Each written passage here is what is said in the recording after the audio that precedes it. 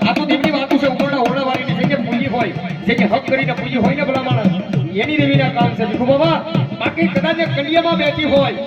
અને કદાચ ઓરડાની માલિક પર બેઠી હોય ને એને ટપોરો ના હોય ભલા માણસ એને ટપોરો ના હોય આજુબાજુ એને ટપોરો ના દેવાય જો ટપોરો દીધા કરીને વાજાને ને વાજીને ખાલી ના કરી નાખે તો તેના કલિયાની માલિક પર તેના આંગણાની માલિક પર તેના આ એક ભાઈ બાપ તેના ઓરડાની માલિક પર ભગવતી બેસીને બાપ એને ખોજ પડી જાય બાપ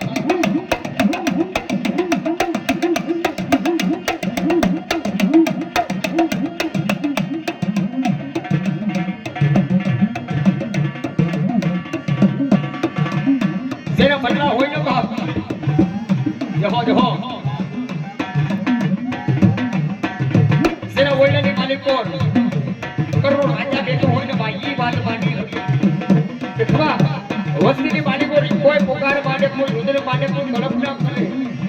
અને કદાચ કોઈ ભગવાનનું માણસ કદાચ કલ્પના માટે ને કદાચ બાપ જો વાતું ના કરીને તો ભાગલાની માલિકોની દેવ કાઢી નકામી કહેવાય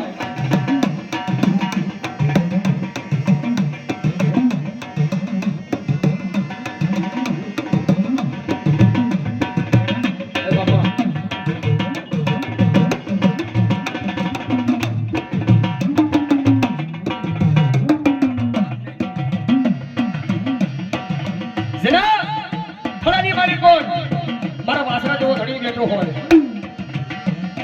મારી હળકા જેવી માતા બેઠી હોય મારી બેનની જેવો ધણી બેઠો હોય ને ભલા મારા મારી પાવાની દેવી જેવો રડા બેઠો હોય એ તલવારો ના તોરણે રમે ડાઢો પૂરો પૂરો ને જહો જહો દાદા જહો બાપ એ તલવારો ના તોરણે રમે ડાઢો પૂરો પૂરો ને